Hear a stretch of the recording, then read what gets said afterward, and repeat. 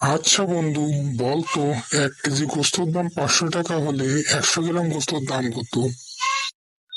গোস্তওয়ালা তোর নানা হয় নাকি দাদা হয় যে তোকে 500 টাকা কেজি গোস্ত দেব?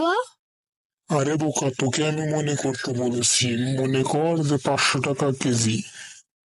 তা নয় মনে করছি, আগে বল গোস্তটা কিসের? মনে করে খাসির মাংস। খাসির মাংস আমি খাইও না কিনিও না, তার জন্য এই উত্তর আমি বলতে পারলাম না। আচ্ছা বন্ধু, তুই নয় না কিনলি, ধর তোর বাবা কিনবে, তাই এবার বলতো। আরে, আমার বাবা বোকা নাকি রে? আমার আব্বার একটার দাঁতও নাই। আমার বাবা কি পাগল নাকি যে নিজে টাকা দিয়ে গোস্ত কিনে মেশেরে খাওয়াবে? আচ্ছা বাবা, হসে হসে তোর আমি কেমনে বুঝাই? ধর তোর বাবাও কিনবে না, তুইও কিনবি না, কিন্তু সাধারণ একজন মানুষ গেছে, উনি খাসির মাংস কিনবে। এবার বলতো 100 গ্রাম খাসির মাংসের দাম কত? খাসির মাংসের যে দাম, একজন সাধারণ মানুষ ওই মাংসের ধারের কাছেও যাইবে না।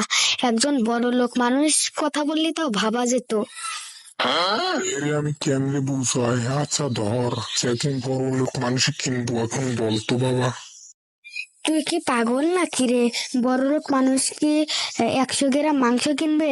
সে কিনলি তো 5-6 কেজি কিনবে।